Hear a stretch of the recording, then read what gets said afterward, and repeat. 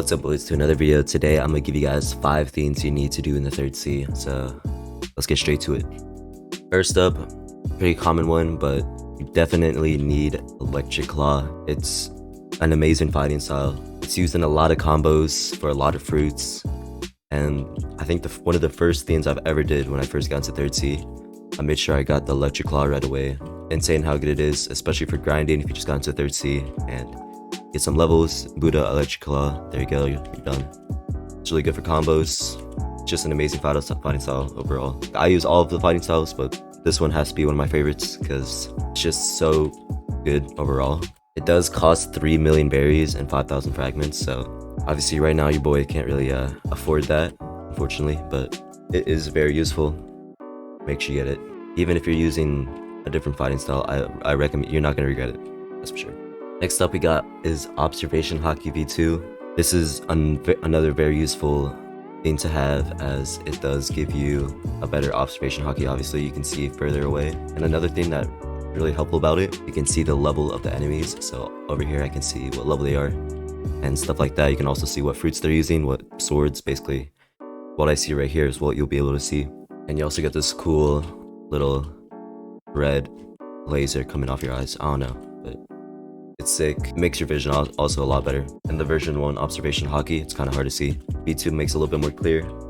Yeah, so observation V2 is kind of hard to get. You have to go through a bunch of missions, so you gotta talk to this hungry man guy and basically you'll give him a bunch of fruits. It is really pricey. You have to get 5 million berries, and you also have to have max amount of observation haki XP.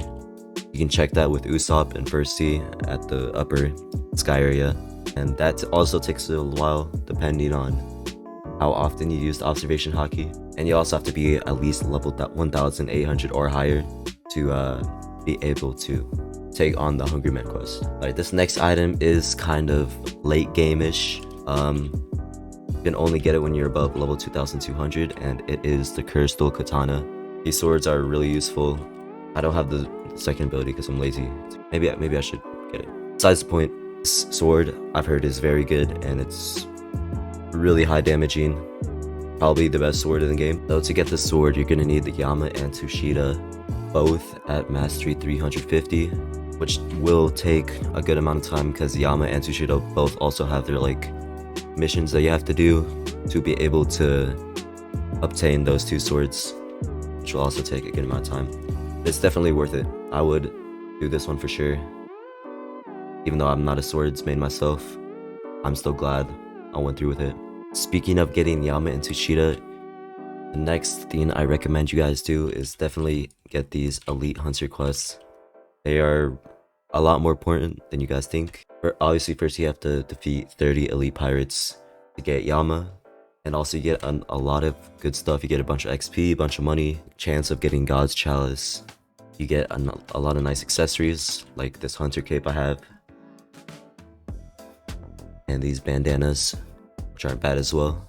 I definitely recommend, maybe as soon as you get into the third sea, I do recommend going for these elite hunters whenever you feel bored, or also like fun mini bosses to do, so I definitely recommend that. Lastly, we do have portals, which for me is definitely the most important thing I got in third sea, because without these portals I will not be able to be traveling around this fast. And I remember when I was first in third sea, it was such a pain to go from port town to mansion, because I think when I first got into third sea I didn't even have fast boats, so I had to ride my boat across this whole area. I'll show you how crazy this is. I had to drive my boat the whole area, obviously from port town to basically I was going from here all the way over there on one of those regatas, whatever they call it. It's a lot faster because if you do start out from port town, you can go straight to Sea Castle and then use the teleporter. And Sea Castle and Turtle Islands are probably the 2 most important islands in third sea. There's a bunch of NPCs that help you out here, and you get the raid room as well. And then obviously the mansion is where you do your trading, a bunch of important NPCs, and the cousin.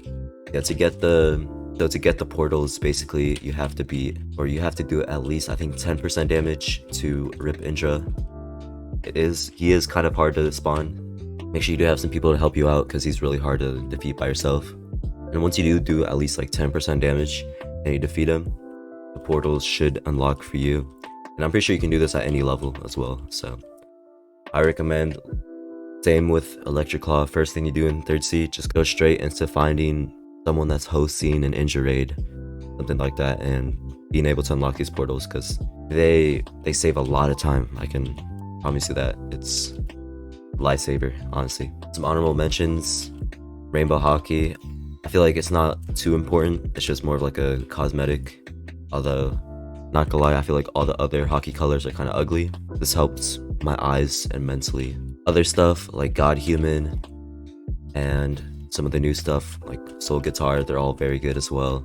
Although with the fighting style, I'd still say Electric Claw is the best one I'll take, but that's what I personally think. And yeah, hopefully this video helped you guys. I know this doesn't really have too much endgame stuff. It's kind of to help people that just got into 3rd Sea. And yeah, see ya boys.